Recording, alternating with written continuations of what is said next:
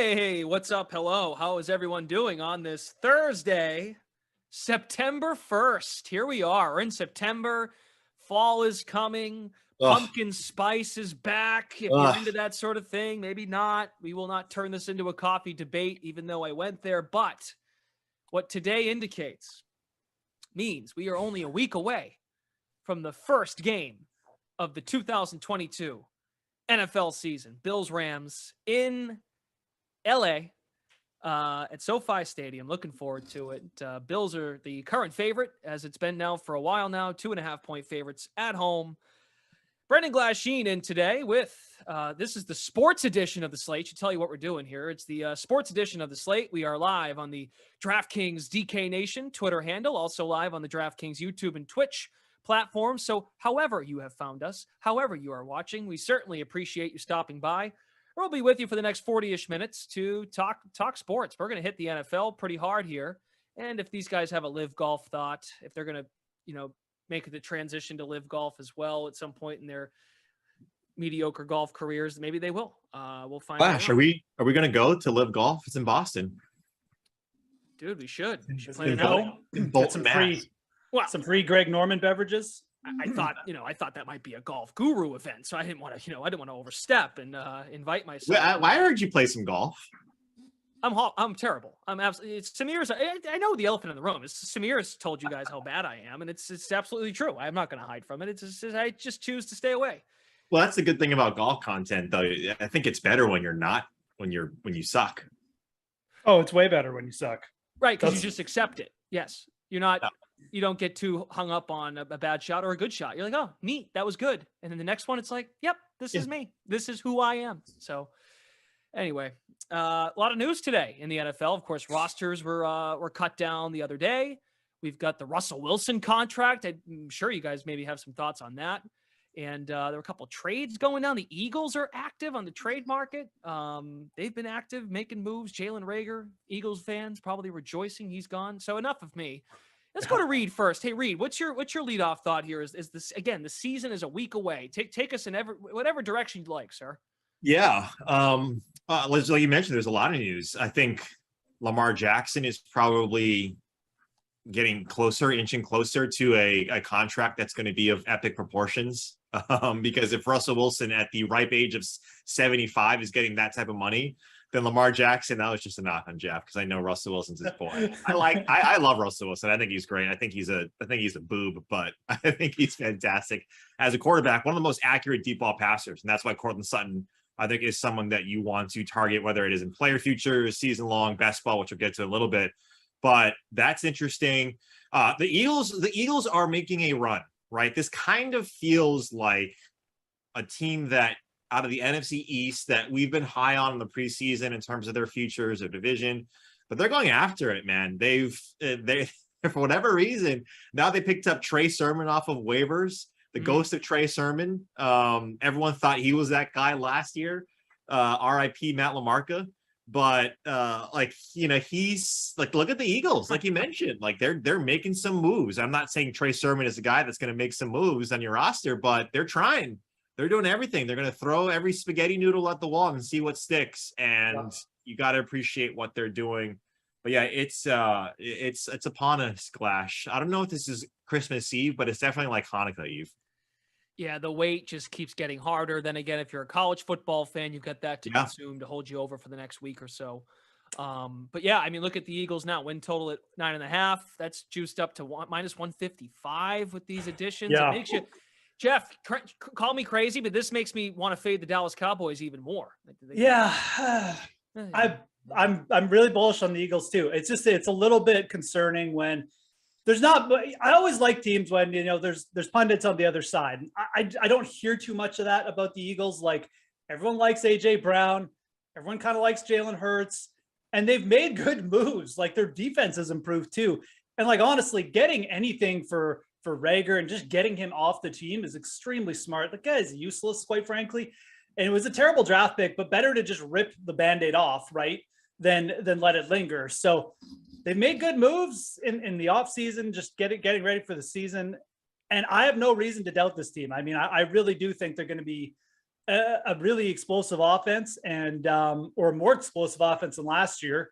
And I think their defense is going to be pretty good. And, you know, it worries me a little bit that everyone's excited about it, but the Cowboys are, I want to fade this team so bad, but like they're pretty solid in certain areas. Like they have some real playmakers on defense. I think their defense is still going to be good. And like Dak Prescott isn't a bad quarterback. So, you know, CD Lamb could get 1 million targets this year, and Dalton Schultz, and it could be enough. You know, it could be enough to win the division. Like I'm not necessarily going out of my way to fade the Cowboys, but you know, they did lose Tyron Smith.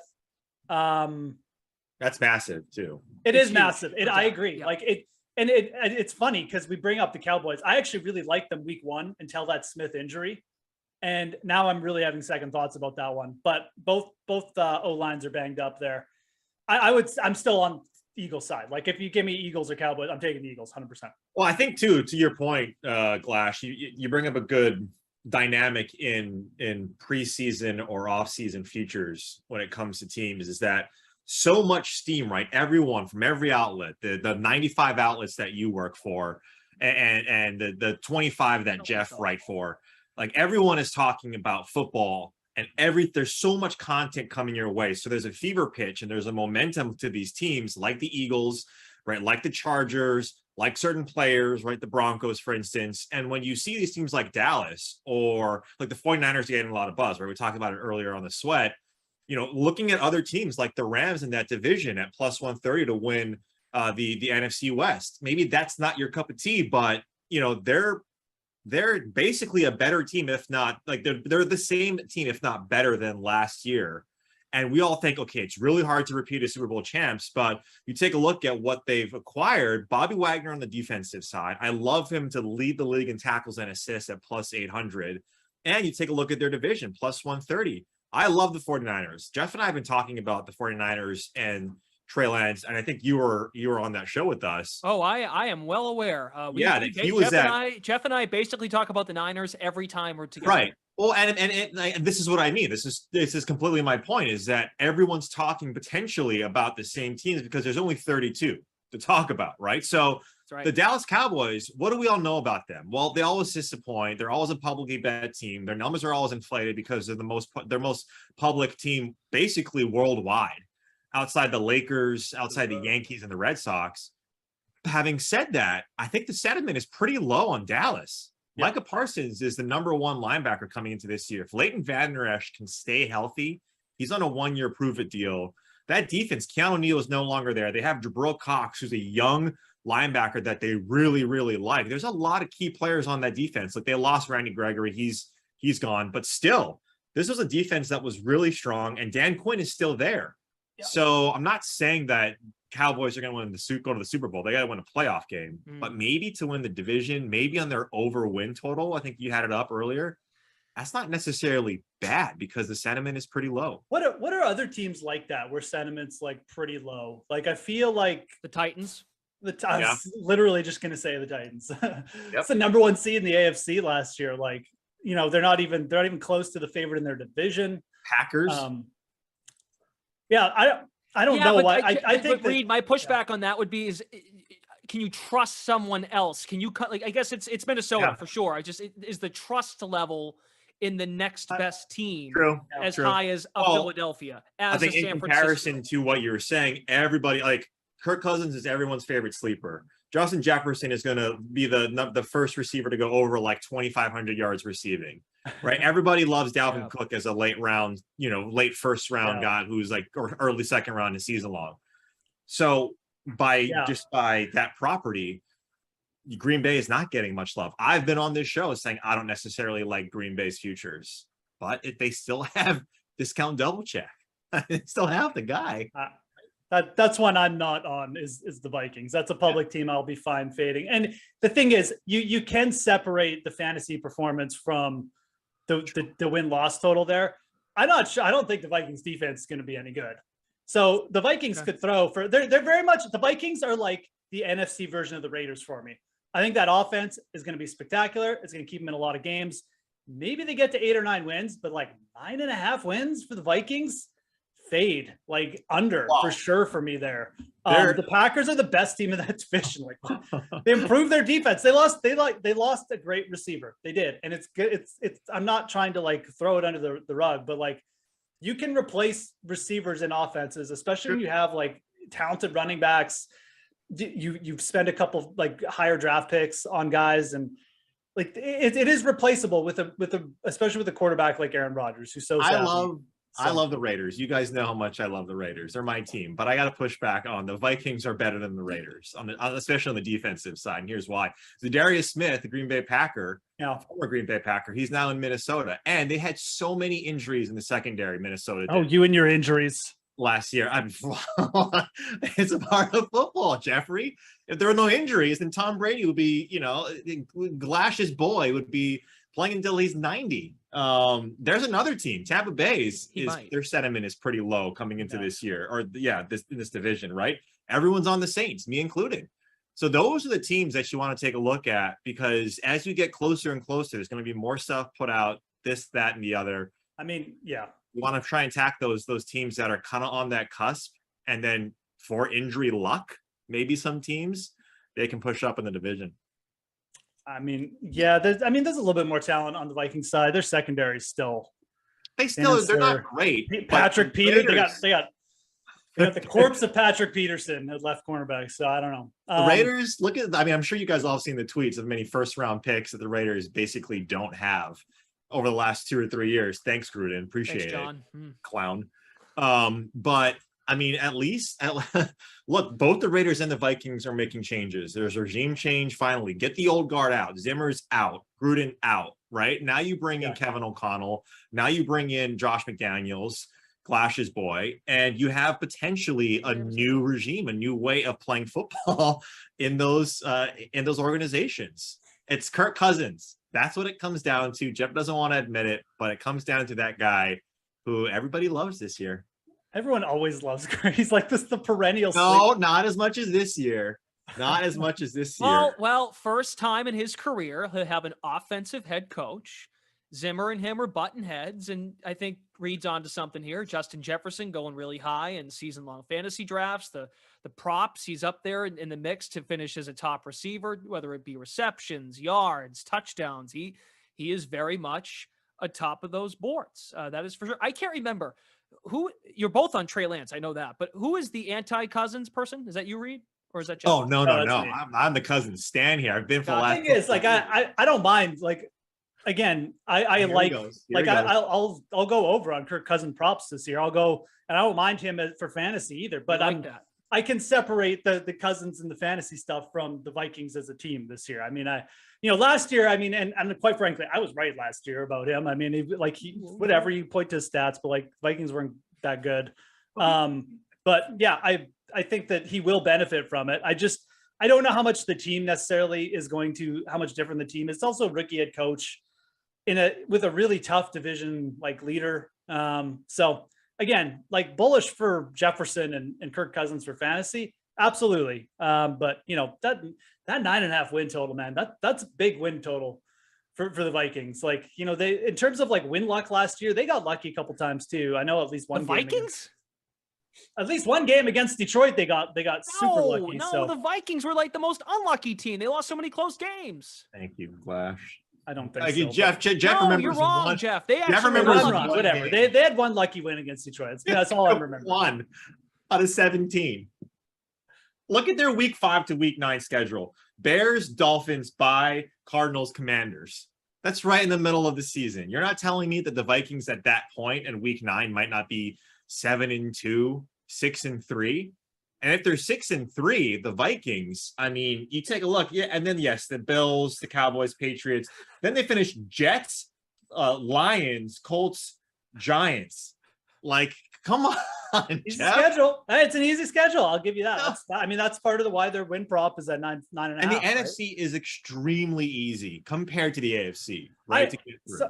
So you're not wrong. I mean, it's a good argument, but I also, I think that the Lions are going to be better. Like I'm over on the Lions 6.5 wins. That was one of my first props that I hit up this year. So I think that they're going to be a little bit better. Like I don't I don't put the Vikings they're in that purgatory. I'm not going to put them up there with like the Packers and the 49ers, but like, you're obviously not going to put them in the bottom either. So they're in there with teams. Like I could see the Vikings being a little bit better this year. I could also see them potentially maybe not being like as good as people think. So that's probably more Chargers than Raiders. It's hard. They're Chargers. Come on. Let's not go overboard. They're a hard team to predict. I think they're a hard team to predict right now. And I just think that 9.5 win total, I just think it's a little bit, I think it's like a 0.5 too high or something like that. Well, I'd rather go low on a team that's like low sentiment. The Lions, you're getting a low win total. I think the Lions have like a lot of offensive talent as well. So, well, and to be fair to Jeff a little bit too, Reed, I don't think it's fair to compare the Chargers to the Vikings. You're going to the other conference, and you just. No, I'm saying like the AFC like the NFC comparison to the AFC, which we like the team that we all like preseason, and that usually doesn't really pan out because whatever reason, either organization or injuries. Yeah. Not like not team by team. Yeah. Okay. Yeah. My apologies there. You're right. Gosh, I think that's where you were going. No, they're not. Yeah, the Vikings have a Charger-like history to their franchise. Right. That's true. Absolutely. Well, and Jeff is kind of on your side, Reed. Well, the talent at quarterback, the young talent at quarterback is not as strong in the NFC. So you can make an argument for a Lions or someone to come out of the woodwork and be successful. That's why when we were on the show, Jeff, last week or the week before, when Baker Mayfield was named the starter, you can sort of come around on why Carolina could hit over 5.5 wins, because you're like, well, who else is there in the conference, right? I think it's 6.5 wins, but yeah, I mean, Carolina is a team that I'm not as down on as I was. I mean, before like the Baker news, and I think that a little bit of stability at least is there, and like the Darnold injury, I think that takes controversy out of it. Yeah. I'm admittedly like I was leaning towards the under with Carolina, and either I would go over or I just not touch it. So, but there's again like.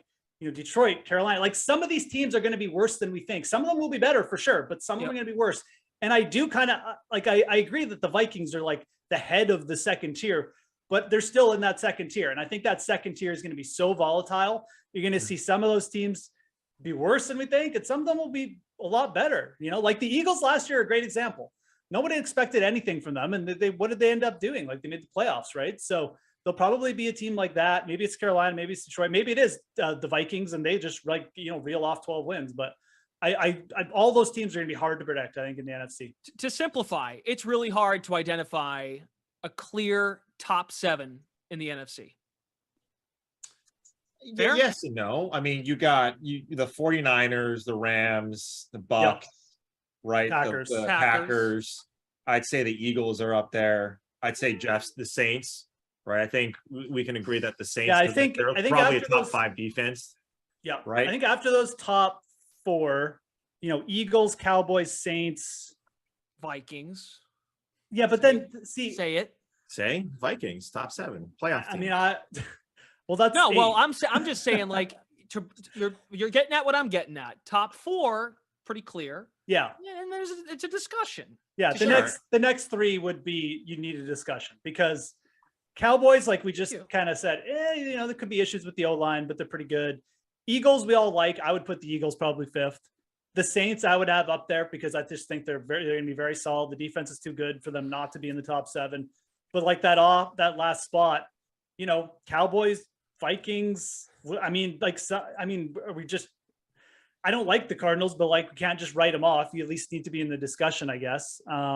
Yeah. The Cardinals feel like a fantasy team. Ooh, let's get all this talent and throw it together. Well, I think that I know what you were saying, like the real life team feels like a fantasy team. Yes. But I think that's the only way that they're probably like, and this analogy is going to really make some Cardinals fans hate me, but they kind of feel like the Jaguars not as bad as when they had Blake Bortles. Which is, and I'm not saying that these teams and these players are comparisons, is that I think they're going to be great for fantasy purposes because they're going to be throwing it a ton because they're going to be down a lot, but they're not necessarily going to be a good football team. Look at their schedule from week 10 on. I believe it's the hardest in the NFL.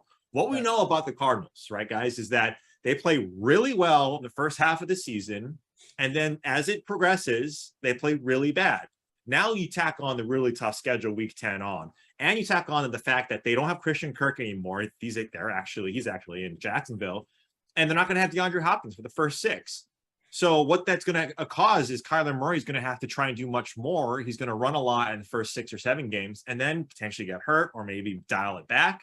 And that's where it scares you a little bit, right? Can their defense without Chandler Jones and an aging J.J. Watt and still a young linebacking core, Vance Joseph heading that defense, can they do anything? We don't know that. And that's why, on the sweat this morning, under 8.5 wins for the Cardinals is one of my favorite bets on the NFC side. Yeah.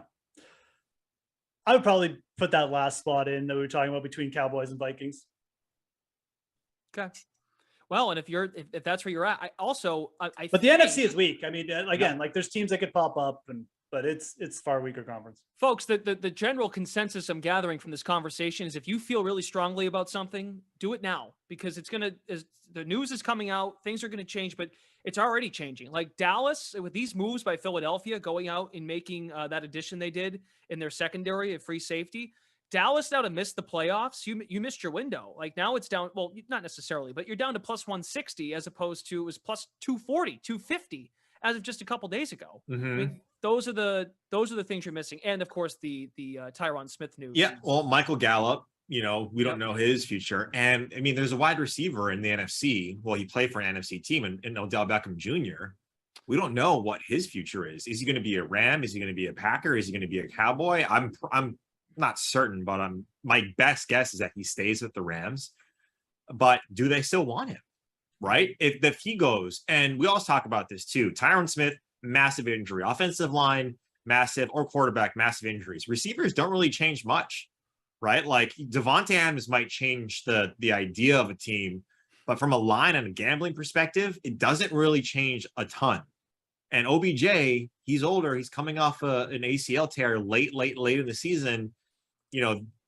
That could work in your favor. Let's say he goes to Dallas and then Dallas's line that week or their number goes way up. I would bet on the other side of that, right? Like that's how you kind of have to work it in season as well.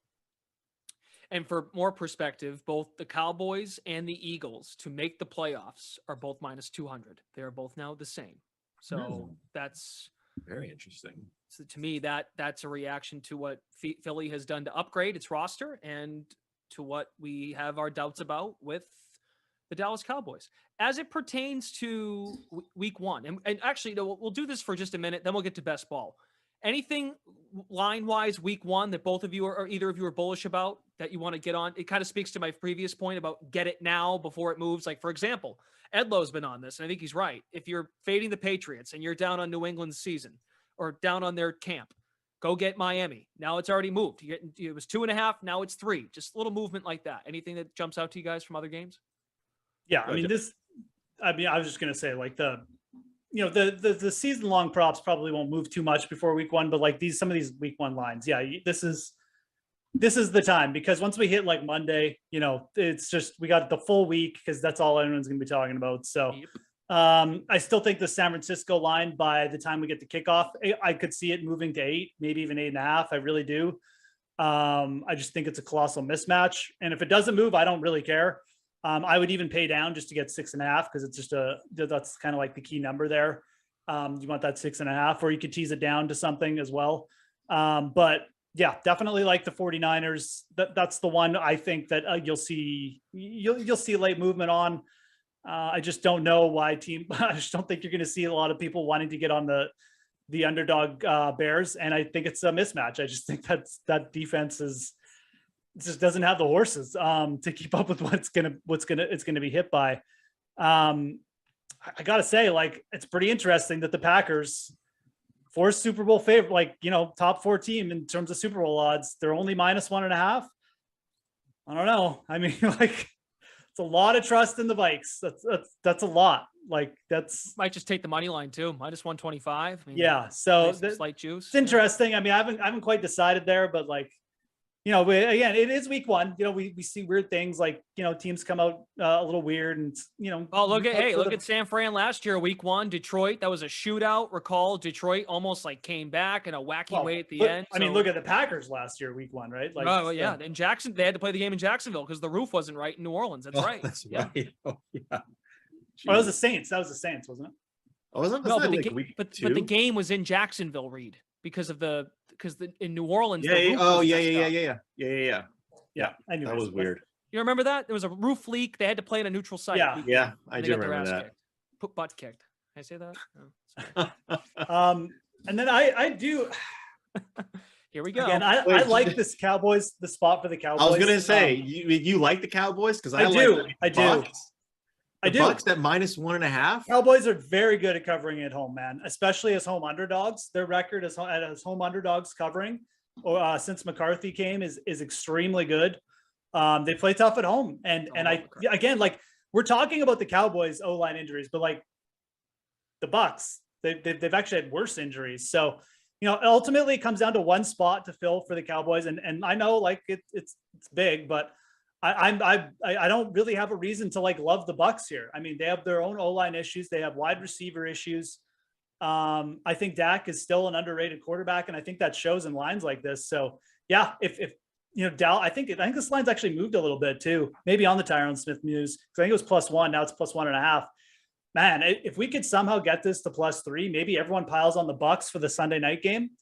I'd love it, but I'll take the Cowboys there as long as they're underdogs. Since Brady arrived in Tampa too, that Tampa outside of the playoffs when they won the title, when Brady went to Lambeau and beat Rodgers, and he went to New Orleans and beat Brees, and then he beat Mahomes. Anyway, they have not been. That's another good point.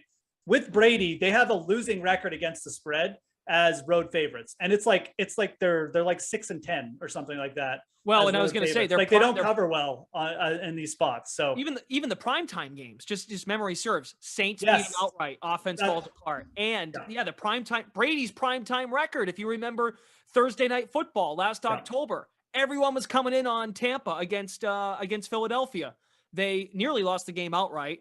Remember the freaking 2-point conversion by Philly? Yeah. Anyway, Tampa prime time, not great. Yeah, I'll take the Cowboys.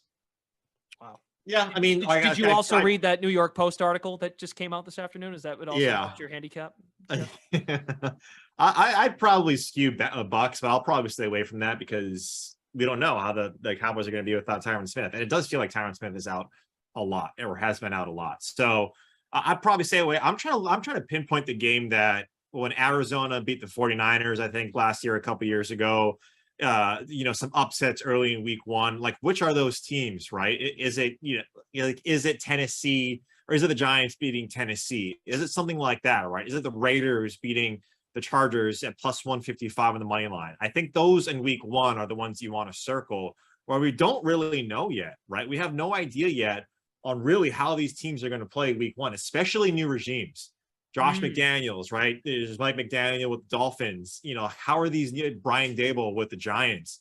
How are these? One that's interesting, I don't think it's going to happen, but I got to dive into it a little bit more, is the Steelers and the Bengals. Steelers are getting 5.5. Everybody is down on the Steelers. And rightfully so. Matt Canada is the offensive coordinator, no Big Ben, but it's Mike Tomlin. Right, we talk about good coaches, we talk about institutions. Mike Tomlin has 15 straight winning seasons. Now, I'm not saying that applies to week one, but the same way the Bengals have had a ton of time to prepare for the Steelers, same thing, right? And the Steelers, they still have a solid defense. The Bengals played over expectation in terms of passing and points with Joe Burrow. I love the Bengals. I love all of their players for season-long fantasy and for best ball. But that one at +6.5, Jeff talked about lines moving. If that gets to 7.5, I might think about it. I thought the opposite. I feel like all the love's coming in on Pittsburgh. They just see that big number, and I think folks do respect Tomlin Reed. You don't think so? Maybe. But I think as we get closer, though, Glash, you talk about, it's still under a touchdown. Yeah. Right? Everyone's going to think that. Especially once Mitch Trubisky gets announced as starter, if he hasn't been already. Right, exactly. I'm actually interested in the Texans. I got to admit it, too. Hey, man. That's probably Texans, a disaster. Week one last year, Jacksonville coming in. Yeah. They whopped them. Nico Collins, Damian Pierce, Brandon. I mean, Cooks. look, Davis it's- Mills, he's Yeah. not bad. Not Davis, No, bad. and the thing is, like, Kaufman won't admit it, but Davis Mills might be better than Mac Jones. They're Well, like Kaufman kind is of still the Kaufman is still choosing his like 18th round pick in a season long draft that started, and 2 weeks ago. Why are we giving so much respect to Matt Ryan? Right? Like, I mean, it's I know they're just going to run the ball, Jonathan Taylor, and like that it could just make this game a joke by. Hey, by the 40 to third 1, quarter, Matt Ryan, but- MVP, Jeff. Yeah, No.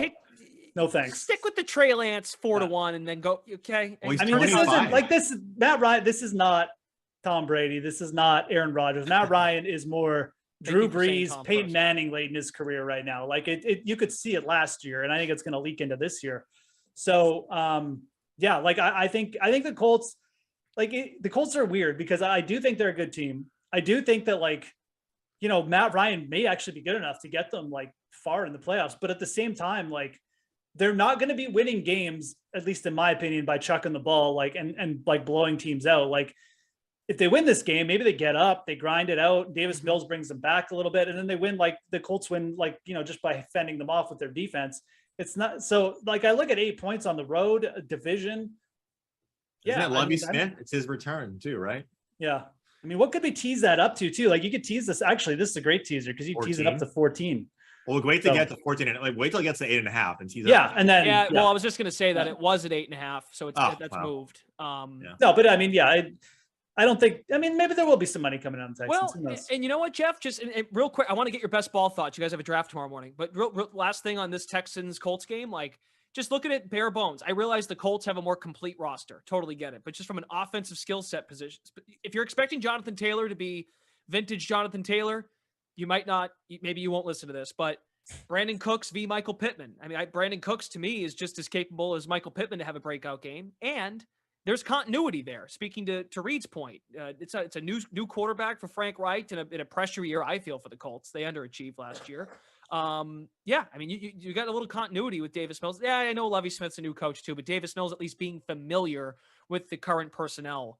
And Damon Pierce, I think, is a sneaky, really good running back. I mean, the only the thing you worry about is the Colts defensive line is really good, and if their rushing game and their defensive line just take over, I mean, it could be like 20-3, right? Like where the Texans just get nothing. But I don't know. I mean, I think you make a good point about the skill positions. Like there's, they have more talent this year. The Texans do. Well, So OJ Howard, he's visiting the Yeah. Texans today as well. right? I mean, who knows, man? I OJ like Howard, OJ. the OG, the fullback that would make Madden Sim players they would just be in love. Okay, hey, couple minutes left. You guys got a best ball draft tomorrow. I watched the video of Emerson and Jesse doing the draft lottery. Wow, those two 2 and back 3 together, right by the here. way, just terrifying. It's Yeah, just Jeff terrifying. rigged it. He's second pick overall. I'm Oh, third. here we which go. I'm gonna is nice snipe Reed. on the wraparound. That I'm going to snake every one of Jeff's picks. Folks, just so you know, these two are going to be together all season Sundays, and they're already the bickering it's probably year Oh, round. clash! And it's been going on since 2018. Okay? Yeah, I just like how So- one has not killed the other at this point is really. I see astonishing. Jeff more than my family, which is really, really bad.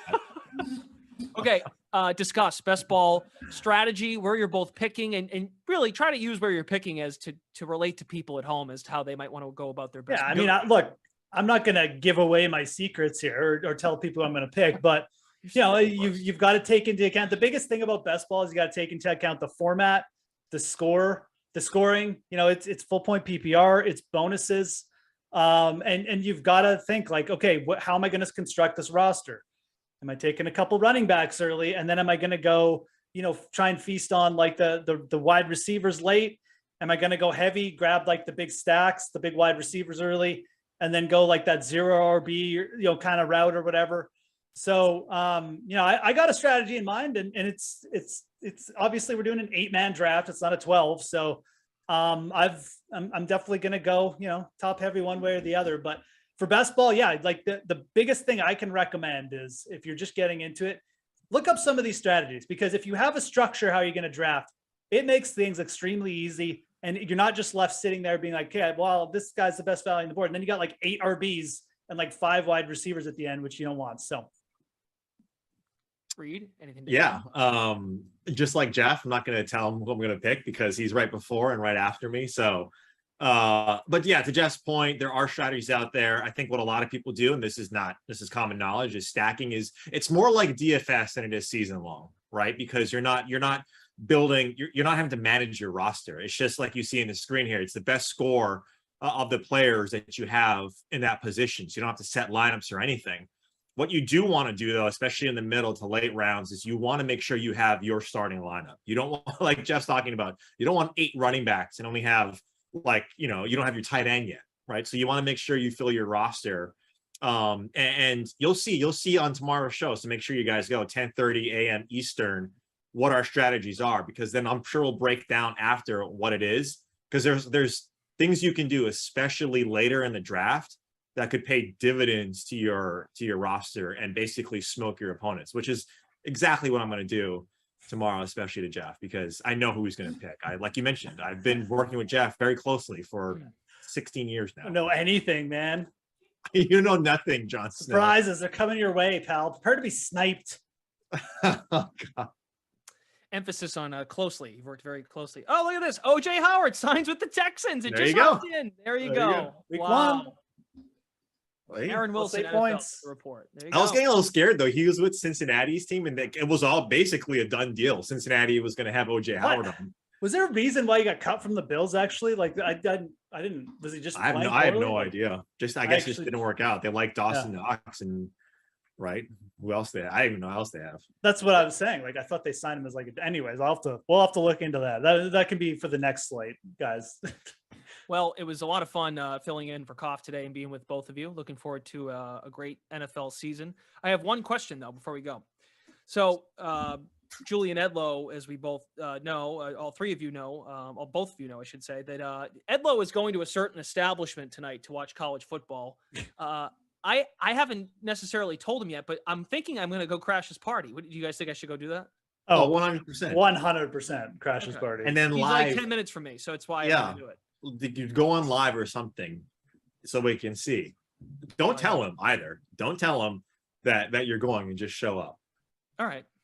Cool. Yeah. I'm going to do it. I just wanted to run that by Yeah, you. and here's another thing, maybe a rhetorical question. Why isn't Edlow in our best ball draft? What's he doing? Because Yep. he just thinks he's cool and he's too busy. Like, Busy? That guy hasn't done anything for the last 2 months. I agree. He said he was the busiest guy even during COVID, during the freaking Sims. He found his way. He was the first one to get out of that. Notice that, how he wiggled his way out of there. Ooh, No, I'm I'm building just up my kidding. Futures for 2 years from now. Like, He's doing a lot of stuff for college football, like you mentioned. So, but yeah, I'm sad to not see him in the draft because he's such a positive person to be around. Reed, real quick, I've noticed something about you is you'll give a dig about someone and then you always have to come back and like patch it up and Yeah. say, oh, he works at. Well, it's like you're with a Canadian and Hawaiian. That's what we do, Glash. That's what we do. It's true. It's in our We veins. knock you down, but then we leave you with a gift bag, like a la Jeter, on your way Okay. out. All right, we got to go. Sure. We're getting yelled at to stop. So thank you all for dealing with that and helping me with my life and my decisions. And Reed Fowler, Jeff Ulrich, Brendan Glasheen, thanks for watching the Slate. Again, best ball draft tomorrow morning, 10:30 start, 10:30 a.m. Eastern time on the DraftKings YouTube and Twitch channels, as well as the DK Nation feed on Twitter. Thanks to Eamon and Daniel. So long, everybody. We will see you tomorrow morning. Have fun.